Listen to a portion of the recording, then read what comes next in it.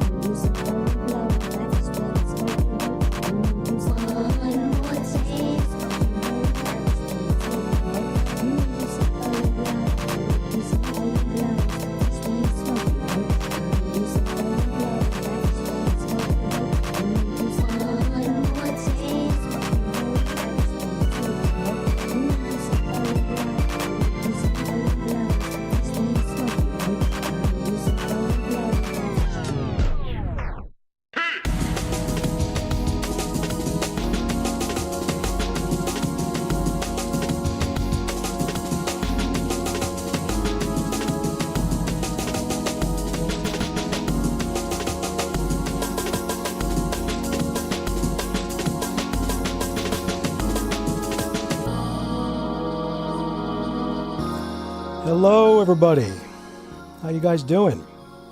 First things first, am I coming through? Because I've had some pretty serious PC issues. I tried to stream a couple of days ago, and then OBS just freezes on me, all my screens go black. I have to restart the computer, so we're going to try again. I've updated everything. First things first, do you hear me? I guess there's a delay, so yeah, we're just going to test everything. Here we go. All right, we hear you. Fantastic. Let's get this iPad a bit closer. All right. How are you guys doing? It's been a while. It's been a while. Last stream I recommitted to uploading more, and then I just didn't upload for months. So apologies. Yeah, I mean, you know, IRL, things are getting real right now, man. Like, I just don't have time to really work on the channel, but it's going to be a new year soon. Maybe things will change, let's just say. Let's leave it like that, shall we? All right. Here we go. Now, turn the background music a little bit. Hopefully the levels are all right. But yeah, let's click this button here. All right, so as I've mentioned many times, you guys know I like emulating, right? And the emulation scene is really popping off right now. I mean, you know, we've had emulators like the PCSX2, and that's been around for a long time. Yeah, you know, there's the Beetle PSX, that's the PS1 emulator, and these, you know, these emulators are starting to get pretty good. This guy says here, you know, PS2 emulation still not being flawless after 20 years. Well, it's true, it's not completely flawless, but it's getting there. And in fact, there's a lot of enhancements that you can make now. Fully 4K resolution internally outputted. You know, you can eliminate frame caps. You can get very, very smooth 60 FPS on a lot of major titles. So, I mean, it's getting good, man. It's getting so good that I've put together a little emulation setup here on Steam, which basically just makes the user experience as smooth as possible for me, you know, because everyone likes to game using Steam as their primary aggregator, right? So what I've done is I've just added all my emulators to Steam. It reduces the friction. I can just kind of sit down, you know, in the evening, boot up my computer, and it's all just here, you know, it's all just here. So yeah, I mean, I'd say anyone that's interested in reconnecting with the classic era of gaming, you know, playing real video games in 2025 and 2026, I'd recommend doing something like this. And I've used RetroArch to put everything together, so that's a really cool piece of software, RetroArch, and you know, we'll take a look at it in a minute. But yeah, I mean, I've just used Steam's collections here to just categorize the different emulators, right? So you got your GameCube here. That's the Dolphin emulator. And there's some interesting exclusives on the GameCube. I might want to check out someday. I mean, I never played the Twin Snakes. That's the MGS1 remake from back in the day. Could check that out soon.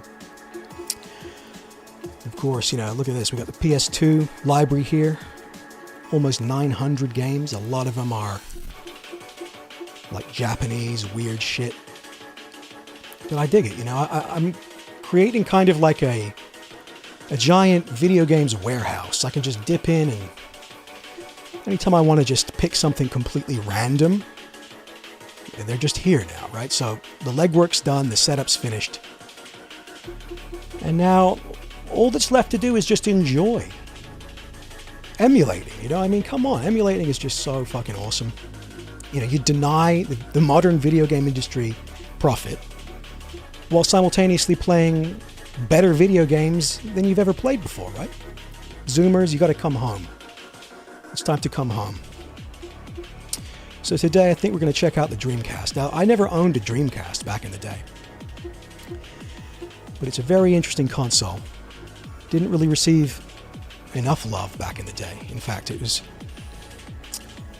one of the key, you know, failures of Sega, really, that they mismanaged the release of this console. Some say it came out too early. You know, maybe that's true. But either way, I'm kind of revisiting it. Well, not revisit. I'm visiting it for the first time now, you know.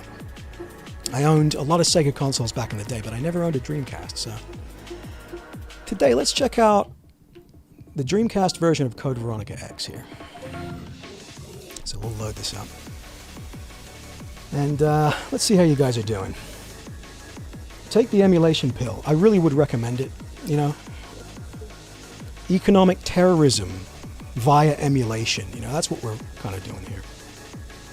When the bottom of the video game industry finally falls out, maybe I'll buy more modern games, you know, but let's just turn this music down. There we go. Okay, and here we have one of the more underrated entries in the Resident Evil series. And this one is the Code Veronica X re-release version. Now, most people remember this version. It was on the PS2, it was on the GameCube. Whereas the original Code Veronica only came out on the Dreamcast. And really, you know, by the time it came for Capcom to, you know, release Code Veronica X on the Dreamcast, the console was already cooked. So it only came out in Japan. But this is a fan translation of the Japanese version of Code Veronica X for the Dreamcast. So I thought, you know, me personally, I never played this game back in the day. I rented it for the PS2, never finished it. So I thought, you know what, I think it's time to actually give Code Veronica X a shot. So let's check out this opening here. Hopefully the audio levels are okay. I've got my ducker set up. Raccoon City has been completely decimated due to the T-virus outbreak that was instigated. Here we have a recap. I mean, Code Veronica is more of a Gaiden story, really.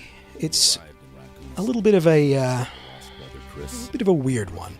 You've got the original pre-rendered backgrounds survival horror trilogy, right? But their ordeal was RE1, 2, and 3, and everyone remembers those games. Everyone loves those games. But this one, it received a little bit less of a warm reception by the journos when it came out. Probably due to the formula kind of stagnating a little bit, but yeah, I don't know. I kind of wish they made more of these classic survival horror Resi games.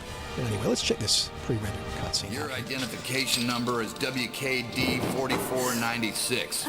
Welcome to We have Claire Redfield, protagonist of Resident Evil 2. So Her you know, name she's is being Claire Redfield.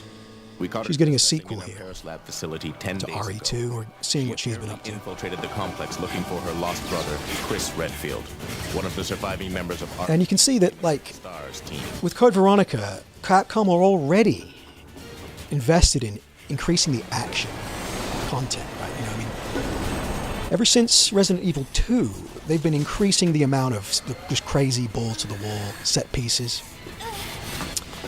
And Resident Evil 3 had a lot of action. And this one goes even further. You know, we have like a Hollywood-style action scene here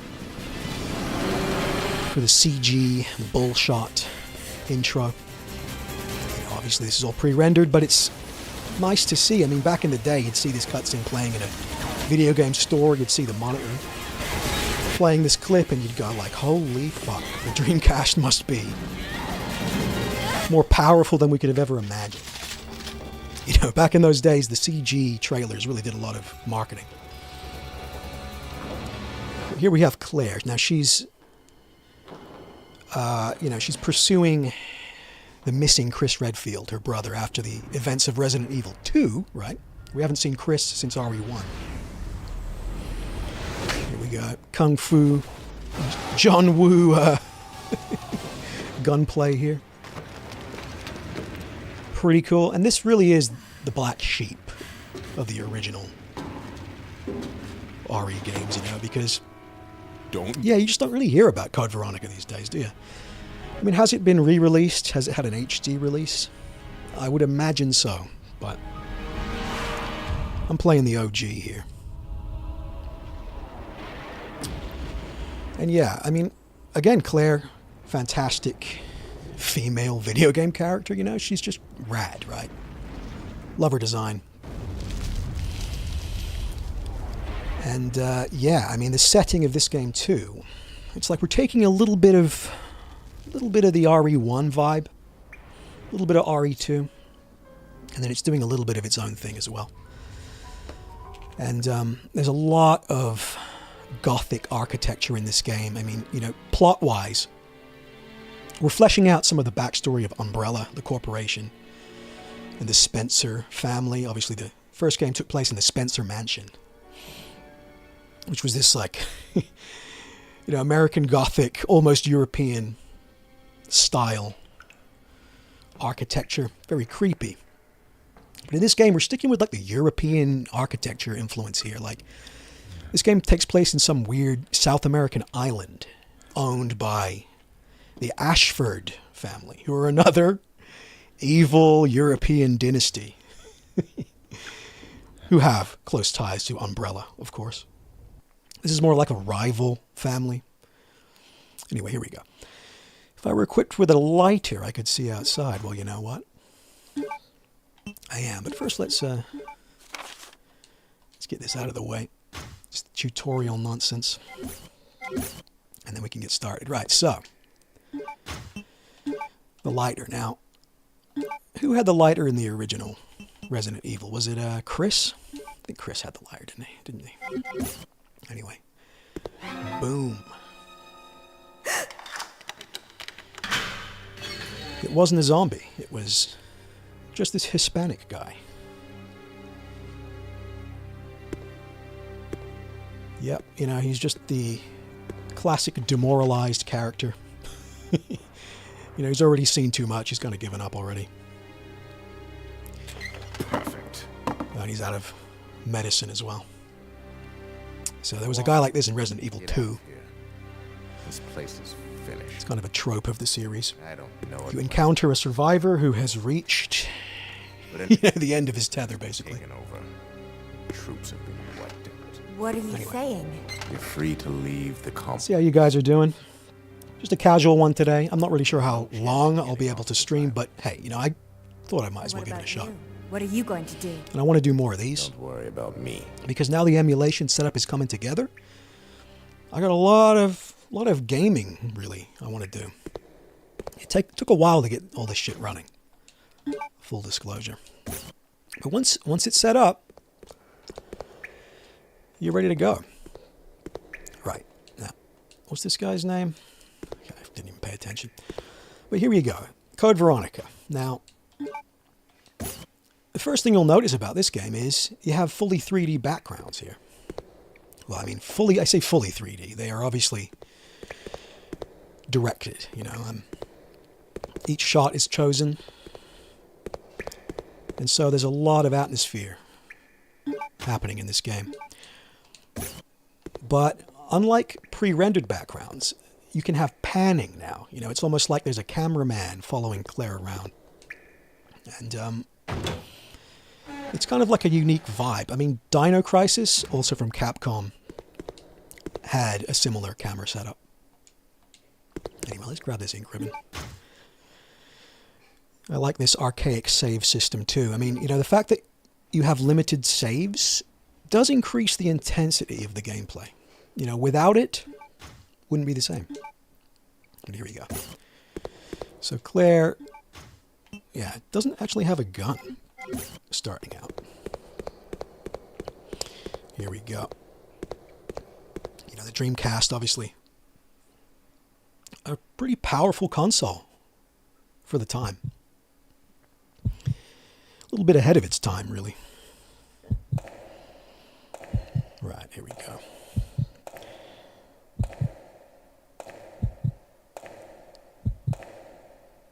Now, yeah. I mean, the cool thing about the camera, too, is, you look, here we go. It follows her around. And I just like the vibe it creates. So here you go. Again, we're straight in with an action set piece here. Claire's got no gun. And already we're facing off. A flaming zombie. Let's see how this goes. Yep, you got your classic Resident Evil music too. It's really fun. Right, here we go.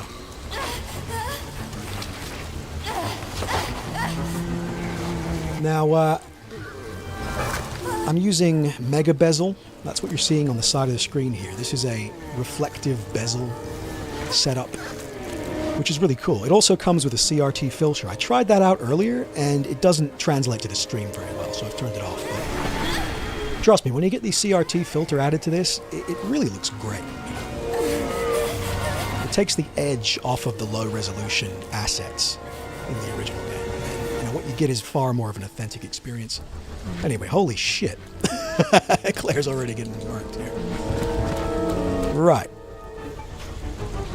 There's a gun somewhere. Oh, fuck. See, I've been talking and not paying attention to the fucking game, and now I'm gonna die. Where's the gun? What the fuck is the gun? Alright. Hold on. I'm actually panicking right now. It's just, okay, I might have to... There we go, okay. Jeez. Jeez! Alright, where the fuck is the gun? Where the fuck is the gun? Alright, this is a disaster, actually. Yeah. This is the problem with streaming, is that I'm not paying attention to the fucking... Okay. We're gonna have to redo this, I think. Oh no, that's right. Sorry, guys. Yeah, the gun comes later. I'm freaking out here. Right. Here we go. Here we go. Jesus Christ. Apologies for that, fellas. But, yeah. Here we go.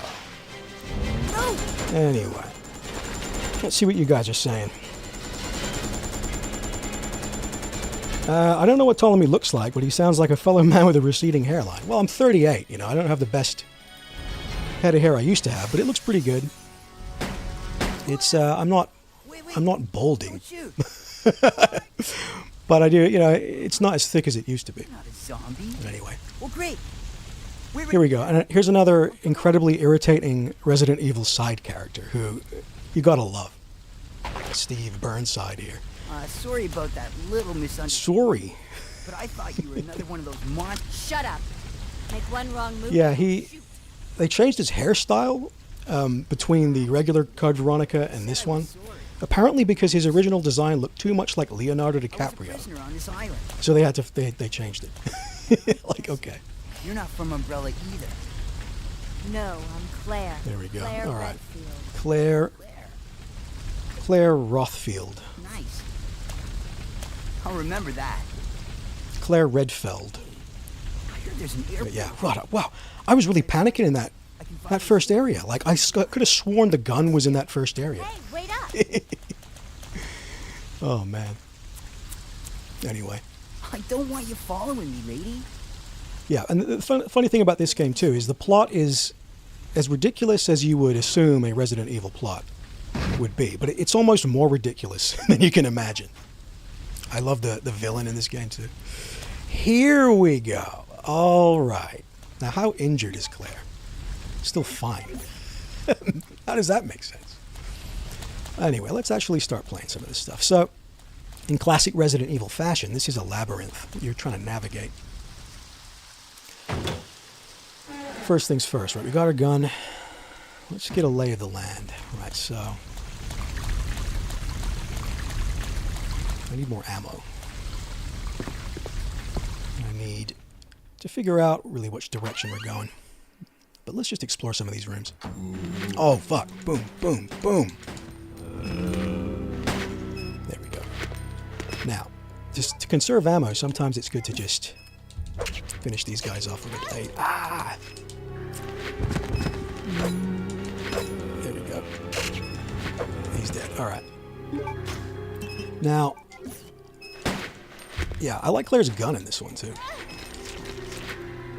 There's that classic Resident Evil gun fetishism that I just love. Like, all the guns are just kind of cool. You know, we had in RE2, Leon's gun, the Matilda, it was like some obscure Sig Sauer gun made in like the 90s, and they put it in. But this one is just strange looking. What the hell is this thing? An M9 3R, Italian handgun. Looks similar to a Mateba Beretta maybe, but pretty cool. Right, now. Yep, just the atmosphere. This game has a lot of atmosphere, big time. And really, it's just the music, you know, the music and the fixed camera angles are just a thing of beauty. Anyway, let's move on. Let's see what's in here. How you guys doing anyway? Let's see what you guys have to say. It was a H&K, yeah, Heckler and Koch, yeah. Cool. Right, now, some more ammo here. Probably take the... Oh, shit! Whoa! Jump scare. Let's see if we can take this guy out quickly. Yeah. Oh, shit. Let's just kick his head off then. Oh, fuck. Not going the way I wanted it to go. Let's just blast these guys. Alright. Yeah. That's it. The whole conserving ammo thing, you know. You gotta be pretty good at the game to even pull that off. I mean, I'm clearly not very good at the game. There we are. But I'm just kind of, yeah, getting back used to that muscle memory. Anyway. More of the weird guns here. I don't know what the fuck this thing is supposed to be.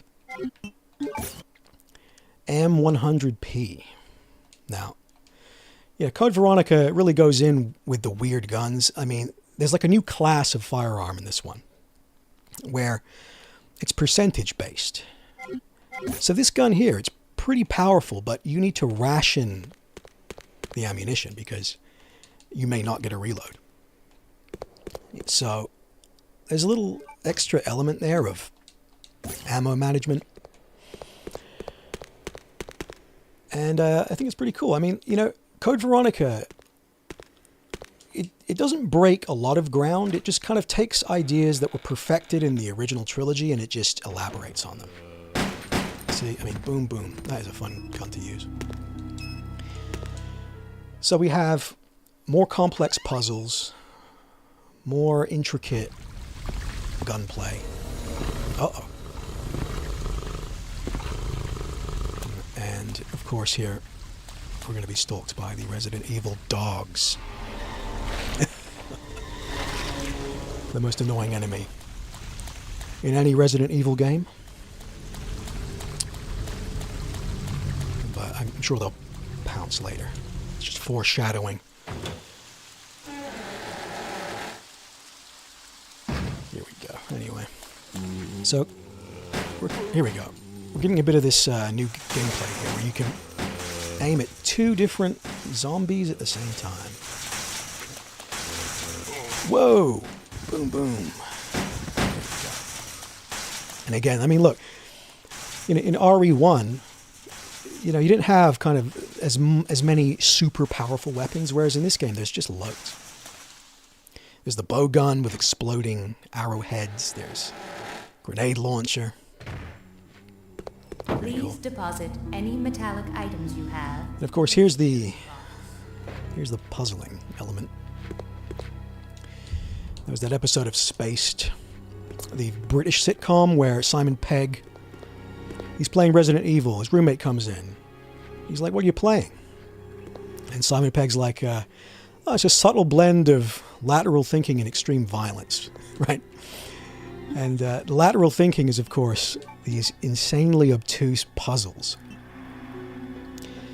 which is part of the Resident Evil formula. We'd miss it if we didn't have it. And I really like the puzzles, Some of them can be annoying. But it just gives the series its charm, Here we go. Anyway, this one is particularly odd. You have a metal detector that closes these security doors. So you can't bring any metal objects into this room. But we do have here a 3D printer. Now that is weird. 3D printing technology foreshadowed in a game that came out in 2000.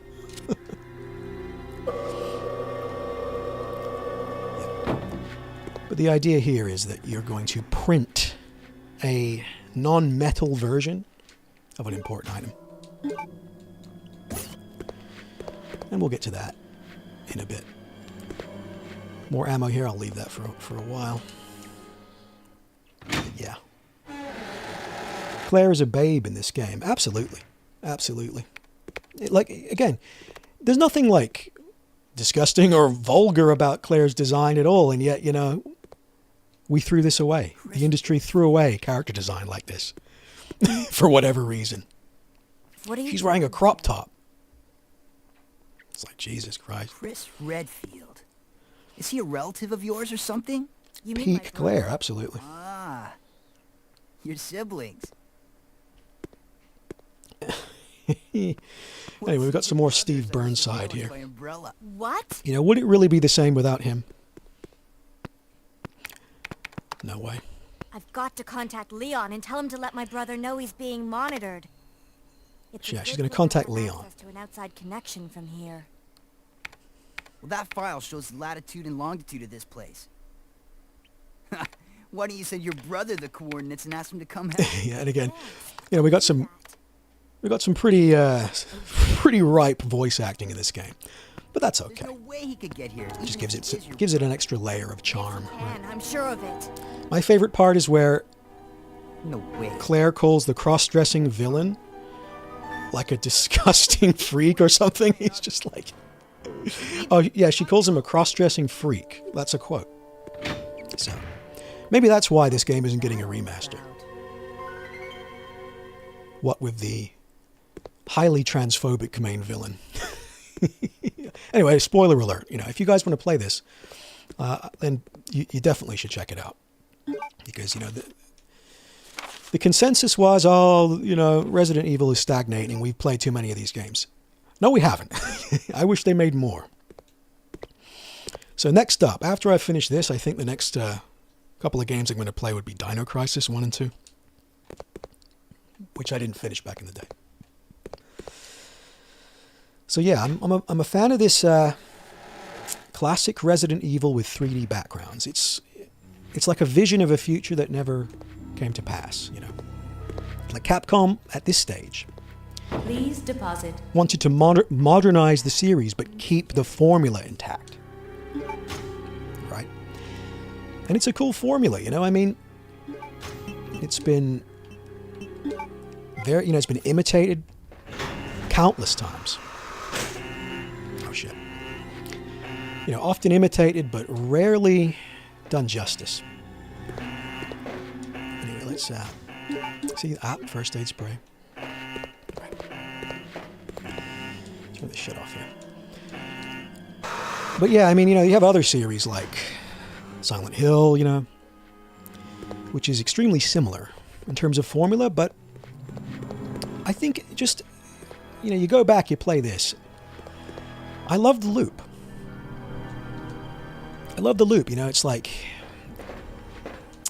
stillness, atmosphere. There's like this feeling of dread that seeps into your room as you play the game. And then flashes of violence, and pretty satisfying violence too. And then these weird puzzles. Like, I love it. Because, while you're exploring, in the back of your mind, you're thinking about the items you're carrying. You're thinking, how does this fit together? There we go. Let's push this switch. That's locked. All right. But, that's nailed, right? Cool. Yeah, while you're exploring and you're engaging in gunplay, you're thinking about the items, and then something will click, and you'll go, "Oh, that's how I progress." Oh, fuck! And then something like this happens, and you panic. Jesus fuck, man! All right, let's get these guns out. Exotic firearms. Boom, boom, boom.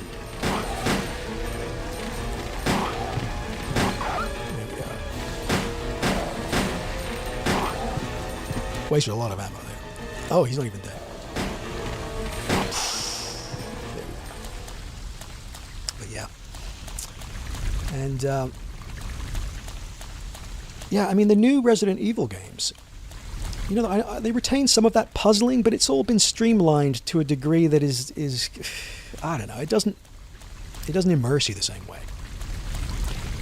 And without the fixed camera angles, the atmosphere suffers, in my opinion. It's, I can't remember what developer mentioned this, but when you allow the player full control of the camera, you lose a little bit of artistic depth there, right? Because again, who knows what the player's going to be looking at, right?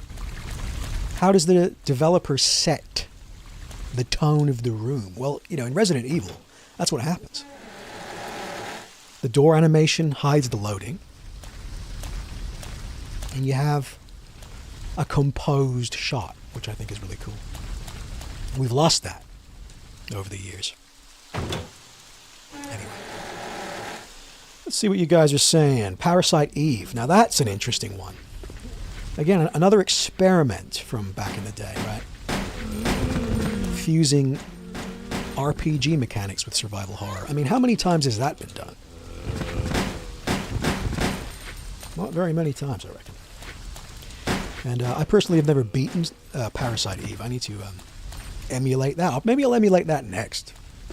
Because that really does seem like a cool game. Now, I'm just kind of seeing if I've missed any items. But yeah. I'm thinking more streams, same amount of videos. Same amount of videos, more streams. See what you guys think of that. And let me know. But yeah. There's Pedro here, is passed out. Just making sure I didn't miss anything here. I got the herb. Yeah, cool. All right. Let's continue to explore. But yes. Favorite Resident Evil, I think, is probably 2. I think 2 maintains the perfect balance of like crazy action and nonsense with genuine atmosphere that really does like creep you out. And of course, 1 is still the most horror Resident Evil, which is why the remake for the GameCube is just so spot on, because it takes that classic setting and it just really fleshes it out. Right, now what? Here we go. There is a hawk emblem there. Right, got it. This game is less stream friendly because it requires more concentration. So we'll see how this goes. Now, I want to find the emblem that I will then 3D scan. I think that's how you solve this puzzle. But right. We'll just we'll continue to cruise around here.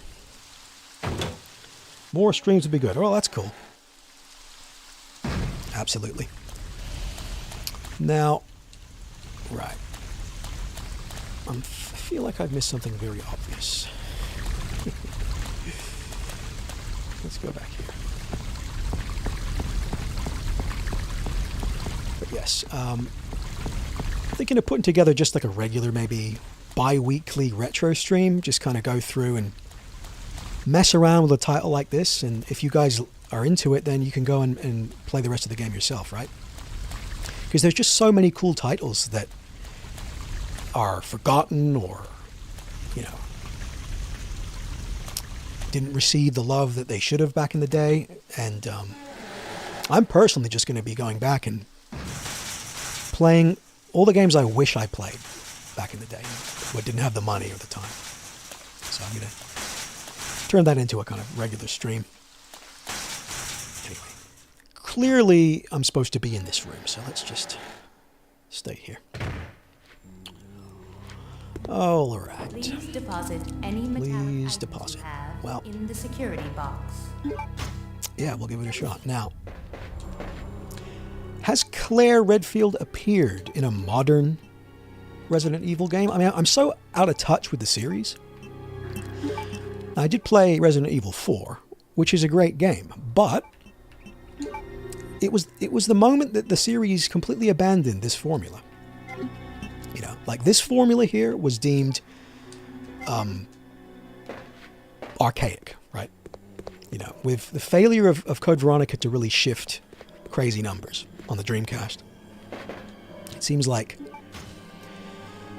Capcom were potentially going to change their plan. I mean, you know, no longer are we going to have fixed camera angles, right? With Resident Evil 4, we have a third-person camera.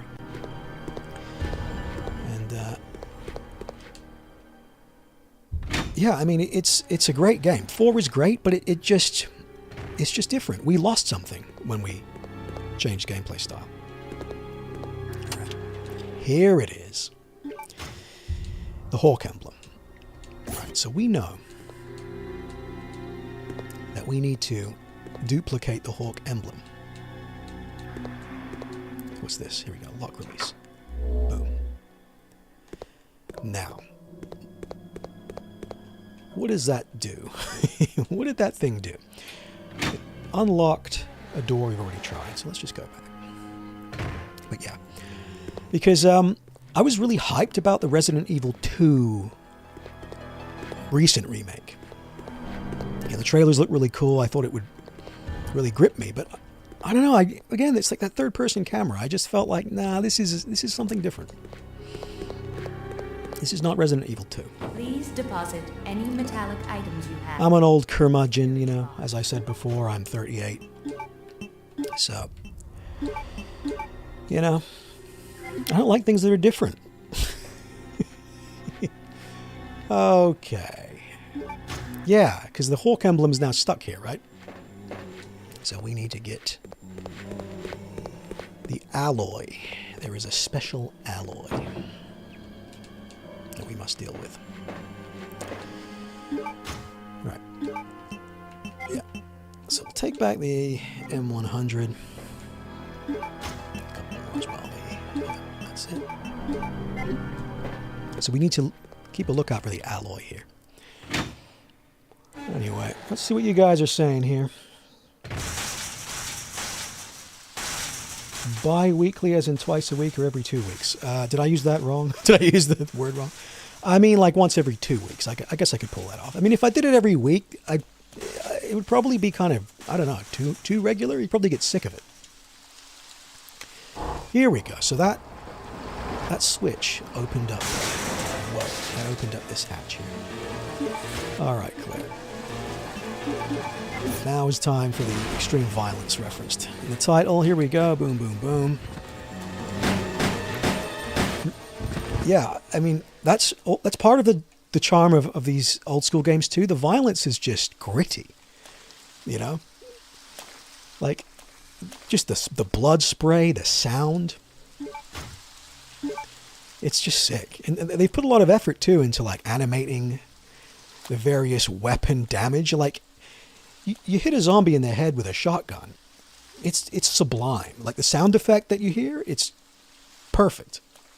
The blood flying everywhere, pieces of head flying everywhere. It's absolutely satisfying. Anyway, so these guys are dead. And this is the padlock key. So if we check this, a simple key. Now, where did I see a padlock? Yeah, I did see the padlock fairly recently.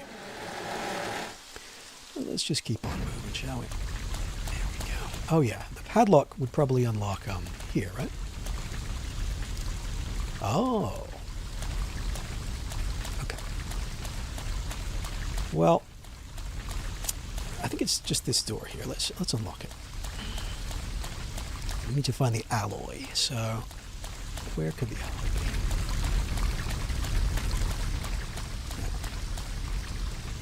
Yeah, nothing useful there. Here it is. So this is just a shortcut, I guess. Cool. But yeah, just like it's a totally it works on a different part of your brain. This game, you know, it's like you're solving a labyrinth. Really, you're in a maze, which is so different. I mean, modern games, it's like you're never worried about where to go, so that it removes the labyrinth aspect of gaming. You know, I mean, playing a survival horror, you have to keep in your head constantly where you are, right? It's a pretty cool map system in this game too. Yeah. But anyway, let's see what else we can see. You see here? Problem with streaming is I'm missing the little details. The fire extinguisher. Well, this obviously works on the Inferno in the graveyard, so we'll head there. Yeah. Really, I mean, what I would love to see is a modern survival horror with great graphics and fixed camera angles. I mean, you know, this game really proves that it can be done and that it would be great, you know. I mean, what you're seeing here, this internal resolution is 4K. So, you know, this looks sharper than the original game would look. But, you know, think about it. Like Resident Evil 2 remake with fixed angles. Oh, it seems like a no-brainer. Well, it's a no-brainer if you're a 38-year-old millennial gamer. But everyone's got to have the control of the camera. You know, everyone's fucking Scorsese these days. You know, every chud gamer is like fucking Spielberg these days with the camera. I say leave it up to the devs. You know, I'd say whoever directed this, was it Mikami? I think he produced this one. But there. You know, who am I? Who am I to claim I know the best shot for each fucking scene? Here we go. Briefcase. Again, you know, we're just appreciating these little Resident Evil tropes here. The item that must be inspected in a certain way. You see here. I'm examining it closely. There must be a hatch or something. There's a button. There you go. I like that. I mean, there's been a here and there's the alloy. Perfect. So I like it. I mean, there's been a few times in these games where it's like you'll get stuck on a puzzle and you'll be wandering from room to room and you're wasting a bunch of time. Maybe that's a bad thing, but whatever. And you realize, oh, I didn't inspect this item closely enough. And that's the solution. I don't know. There's a little eureka moment. It's satisfying. It rewards the autism of the player. Boom, boom, boom. Right. Now, I'm not conserving ammo very well, but you don't need to conserve every shot. It just makes it harder. You know, the more you waste ammo in the early game, a few hours later, you're hurting big time. And there are certain situations in this game in particular where you can almost soft lock the game. I mean, you know, you got no ammo and there's like a boss that's just owning you. But that was part of the danger of these games. It's like you were trusted with ammo and inventory management, and that's part of the survival in survival horror. It's like you're not supposed to fuck that up, and if you fuck it up, you might have to restart the game, and that might leave you feeling a little salty. Well, welcome to the golden era of gaming, I guess, right? It's like the devs were like, hey, that's a you problem. Manage your shit better. And to be fair, I mean, the game gives you a lot of ink ribbons and a lot of ammo, so you gotta really fuck it up. If you want to get stuck, yeah, you know, you're gonna fuck it up. Right. We got the alloy. It's time to do some 3D printing in the year 2000. But that kind of, it ties in with the theme of this game, right? Where the setting is basically like a black site for evil European corporate / aristocratic research. It's funny because, again, like, they've really gone hard with the backstory for Umbrella. I mean, a lot of it really isn't necessary, and ultimately the series lore just becomes bloated. I mean, Code Veronica is the beginning of it becoming a bit too much. It's like, we don't need this much backstory, right? But by the time you get to Resident Evil 5 or 6, we're in absurd territory, right? So I guess you either love it or you hate it, right? The convoluted mess of the lore. Here we go. Right, so here's the... Yeah, here is... Oh, okay. This goes here. Yep, and yeah, I haven't played a Resident Evil properly since 4, if you can believe it. So, I mean, what do you guys think? Should I check out some of these new ones? I mean, how's Resident Evil 7, the first-person one? Is that more of a survival horror akin to this one? Because obviously it's first-person. That's very weird. But is it slower paced? Are there good puzzles? Like, I need to figure out what's going on. Telling me live in a cold beer. Oh, good for you, bro. Yeah, I could go for a beer right now. I'll probably get one later. But, you know, I live in the UK, and I love a good UK pub, but they're all closing. The fucking communist authoritarian government is taxing the shit out of pubs to the point where they're all closing. I mean, you know, do you know why as well? Because they don't want a beer hole putsch on their hands. Right? They don't want the chuds meeting up at the pub for a couple of pints and a discussion on the absolute state of this country. So, what's the solution? No more pubs. But no, there's still some nice ones around my area, but it used to be great, man. This country is going to hell, and everybody knows it. What do I do? Oh yes, of course you see. I can't chat shit and solve the puzzle simultaneously. That's what happens when you pass 30.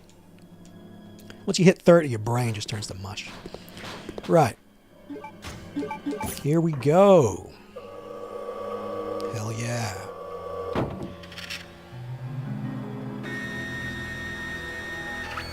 Let's see what you guys are saying. RE7 has issues, but it was the closest to capturing the vibe of the first game. Yeah, I mean, I played a bit of the intro of 7. Like, I didn't play the game properly at all. I just tried it out. And, yeah, I mean, it did seem to be paced more like a classic Resident Evil. All right. So here you go. First major puzzle solved here. And that is an odd. Oh, whoa, here comes the zombies. Holy fuck. Let's get this essential item. Oh wait, no, I don't want to deposit that. I want to get my first aid spray. There we go. Yeah. Oh, I can't have the first aid spray because of the fucking metal detector. Duh. Doy. But yeah, I love Resident Evil, guys. I love this series. And I want to see it return to its roots. I know that's never going to happen.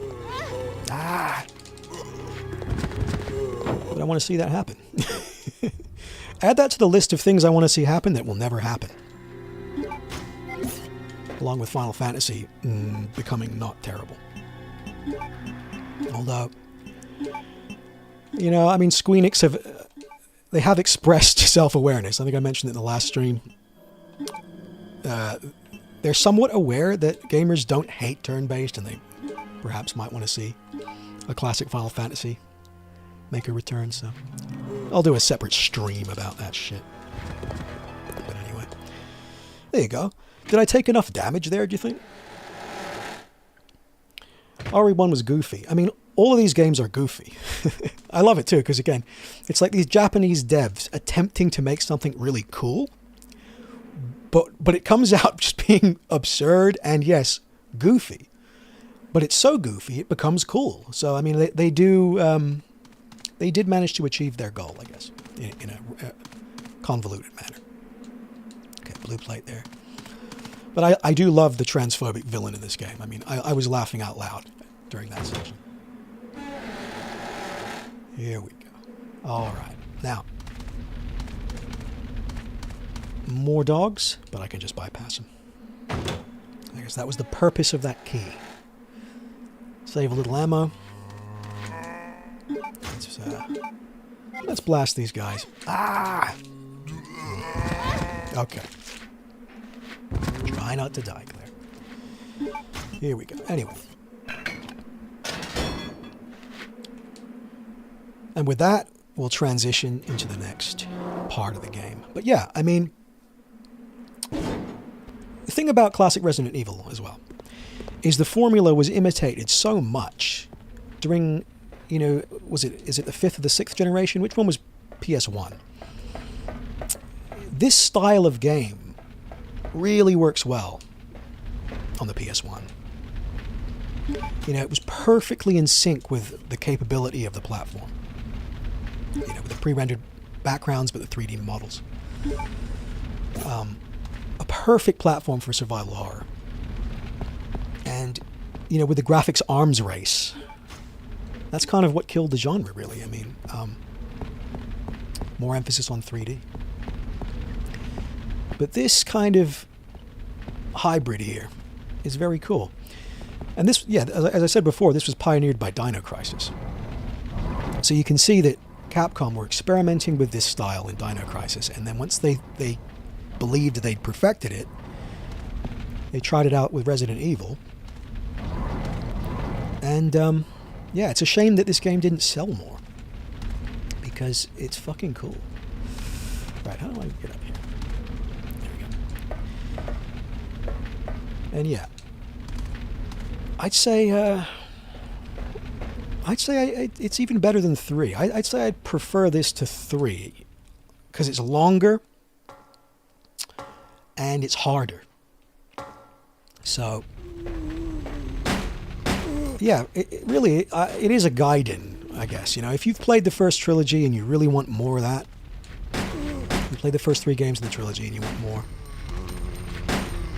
this is a no-brainer, right? Because, yeah, it's not. I wouldn't say this is a friendly Resident Evil game for your first classic run-through.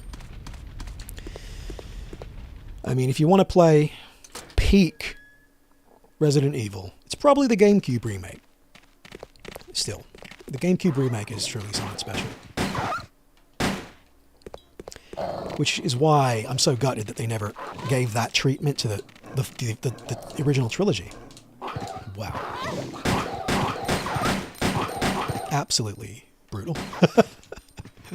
But they're zombie dogs, okay, guys. This isn't. We don't need to call PETA.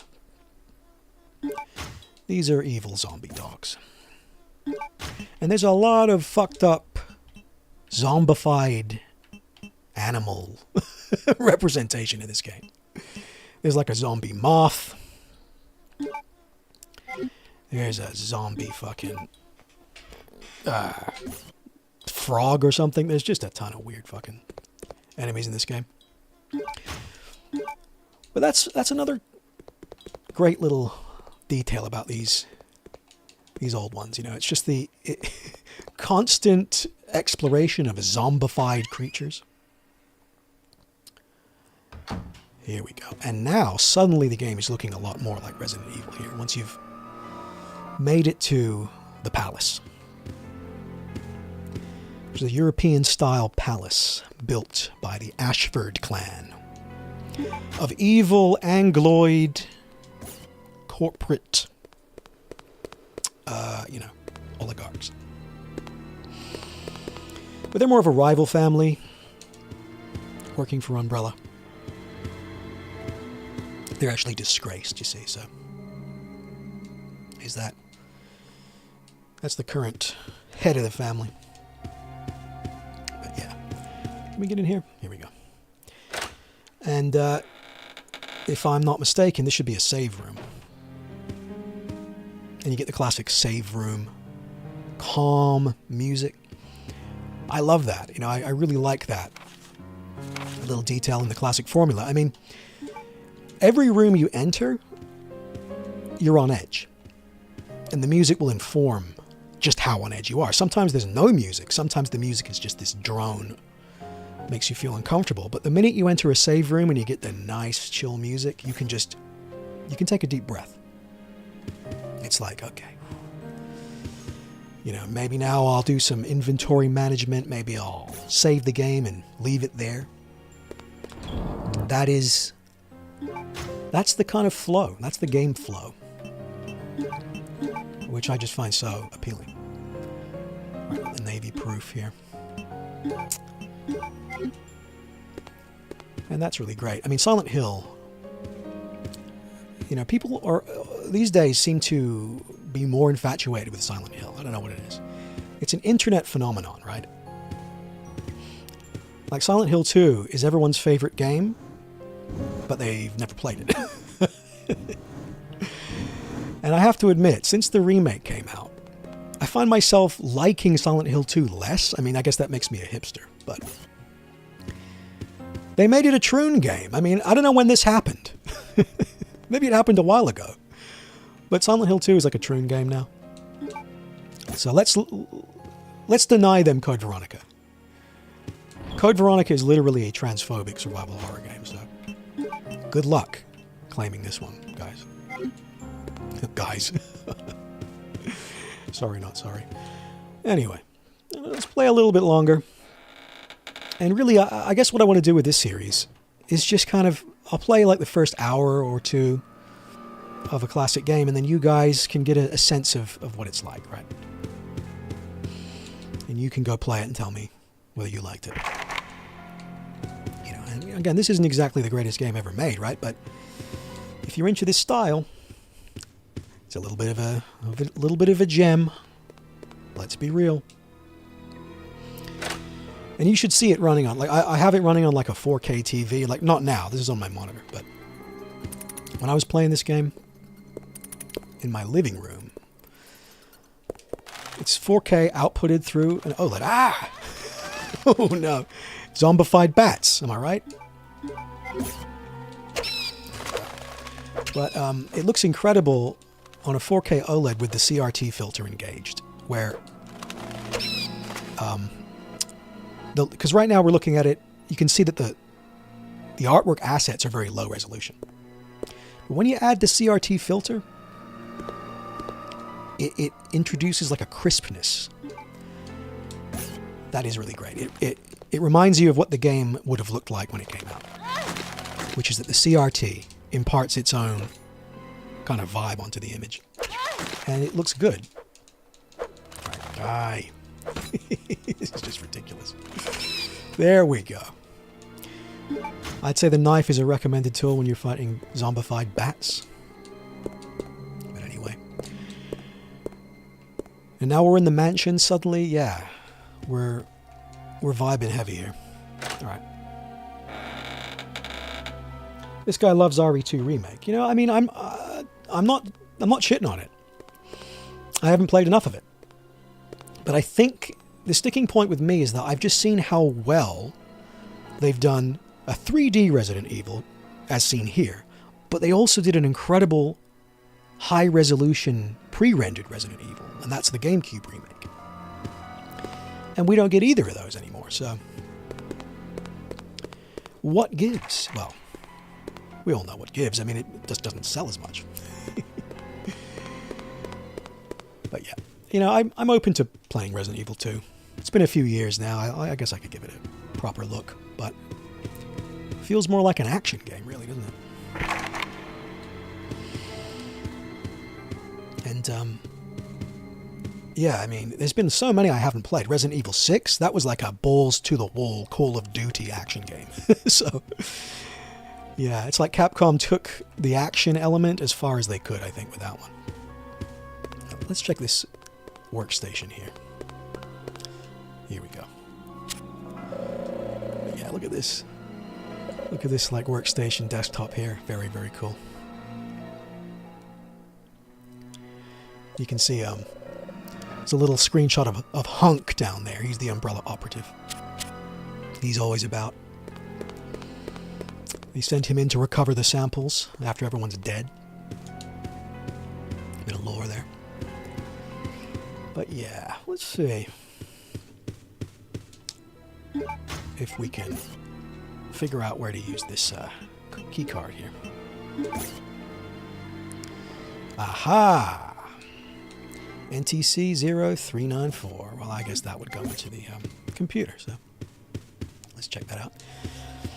But anyway, I'm kind of just like commentating nonsense now, so yeah, modern audience Resident Evil. Yeah. Well, I mean, look, they did a strong female protagonist back in 2000, right?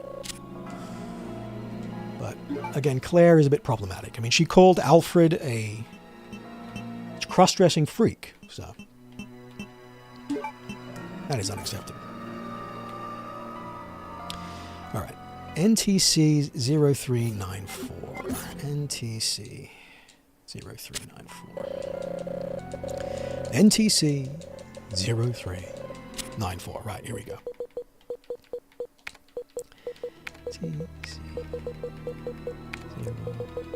0394. All right, it's cold. We do a little puzzling. Yep. It's that simple. But, you know, again, that type of puzzle, really, I mean, you don't see that kind of stuff very often in video games, where, oh, I need to inspect an item and it has a code and I input it. That would, the modern audience would be stuck on that forever. That would fuck the modern audience's minds, that puzzle. Uh-oh. Look at me, I don't even have a fucking firearm. Let's go get one. Yes, let's see. I've got about 10 more minutes, fellas, and then I'll shoot. But really, yeah, I mean, what's the ultimate point of this video? I just say that I really recommend emulation. I think that the respective emulators that have been in development, as the guy said, for like 20 years, I mean, they've gotten pretty good. And see, I've used Steam ROM Manager to add all of these titles to my Steam to reduce the friction. I mean, that was always an issue for me, the friction of emulators. You know, you have all these ROMs and you have to open an emulator and it's like, it feels separate from your regular game library. But, you know, with this setup here, there's no separation. You know, I can play an emulated game, I can play a regular Steam game from the same interface. And, you know, it's not rocket science, but it's a matter of convenience, really, you know, I mean, because although I'm a PC gamer these days, I grew up playing consoles, so, you know, for me, it's all about sitting down. I like to couch it, sit on the couch, and I play with a big screen, you know, that's the kind of vibe I like. And this setup is really facilitating a lot of emulating, you know, experiences. It's just good shit. Yeah, another one I recently downloaded was the Japanese release of Final Fantasy X-2, but translated, because it has extra content. And X-2 is a retarded game. I quite fancy revisiting. I didn't like it when it came out, but I don't know. Something about this new translation is making me want to revisit it. Anyway, boom. But if you guys have any other suggestions of classic games that you'd like to see me check out, I'd love to hear it. Because, yeah, I mean, I'm just on the hunt for weird, obscure classics. Not to say that this is an obscure game here, but this is, again, the fan translation of the Dreamcast version of Code Veronica. So it's a bit of a weird pick. But, you know, the Dreamcast has a different internal architecture than the PS2, so the graphics do look different. You know, it's debatable whether or not this version looks better than the PS2 version, but it looks like a Dreamcast version. And I gotta say, there is some charm to the Dreamcast. There's just some weird little quality about it I find really appealing. Anyway, more of the Ashford twins' backstory here. The Eternal Anglo is the villain of this game, you know. Yep, I guess the Anglos have a lot to answer for. And not just Churchill. But yeah, these Ashfords, man, they're pretty fucked up. Some kind of incest thing going on here. But yeah, pretty freaky, guys.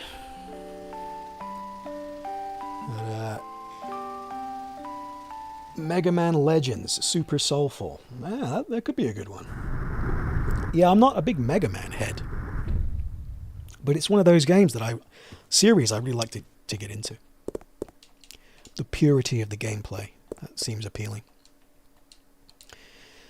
Grab the gold Lugers. Uh-oh.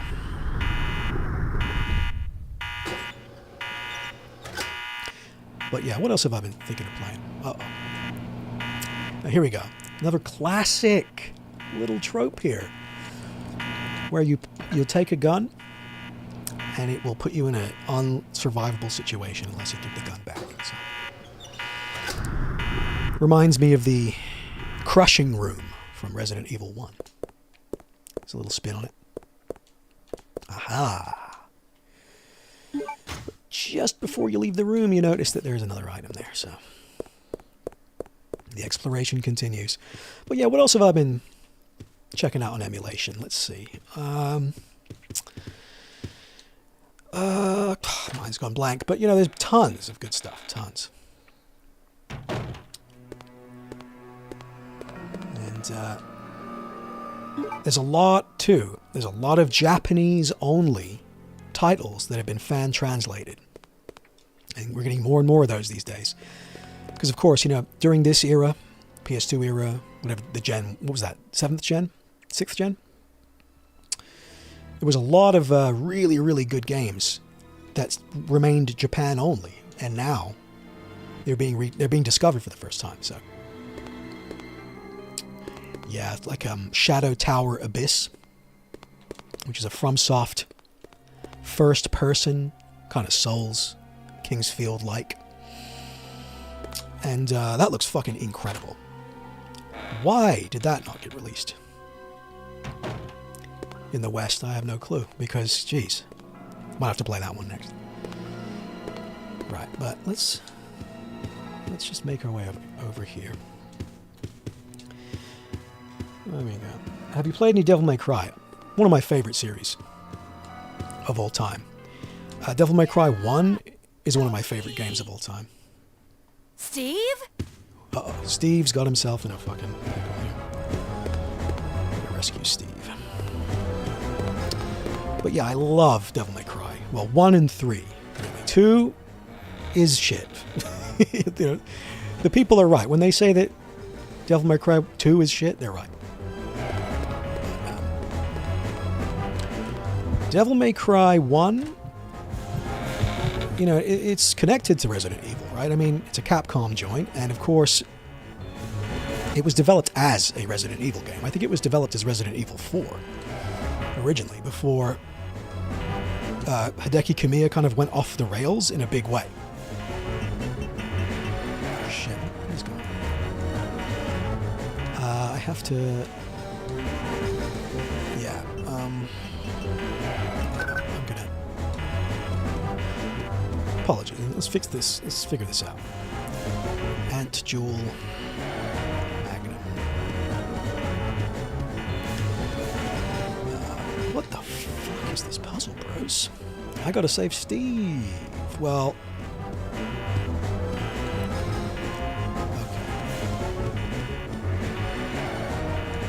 Okay. Steve is suffering.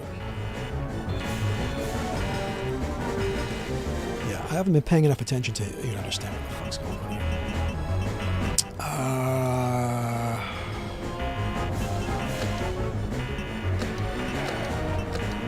What the fuck? What is the point? Well, you know what? I think we're going to leave it there. But thank you for watching, guys. And, yeah, what do you think I should check out next? That's my question. And Dante is orange in DMC 1. Yeah, I think he's kind of supposed to be Italian or something. I mean, he's called Dante. So he's got some kind of Mediterranean thing happening in 1, and then he's just a full-blown, you know, whatever. He's like an Aryan in like Devil May Cry 3 or whatever. But yeah, let's just check out some of these comments here before I go. DMC 5 is virtually perfect. It was fucking good, I gotta say. Yeah, I mean, they really did it justice too, because the formula is pretty much a perfect evolution of DMC 3 and 4. So, pretty good. The Bouncer, fucking great suggestion. Yeah, I love The Bouncer. I played it back in the day. Yeah, great game. DMC 2 is a masterpiece. Maybe it's an unfairly maligned title, I guess. I don't know. But I personally didn't like it when it came out. I was very disappointed after being obsessed with DMC 1. You know, 13-year-old me was not happy when DMC 2 came out. But, yeah, Hideki Kamiya, you know, he was supposed to be making a Resident Evil, and he went so fucking insane, they had to spin it off into its own title. And that's probably a good thing. Anyway, LSD Dream Simulator, fuck yeah. I have that. Oni on the PS2, cool shit. My voice is corporate. Oh, okay. Fair enough. Maybe I could get employed by Ubisoft or something. I can chill for Ubisoft professionally. That would be good. Alright. Okay, guys. Well, had fun. I will catch you probably soon. But peace.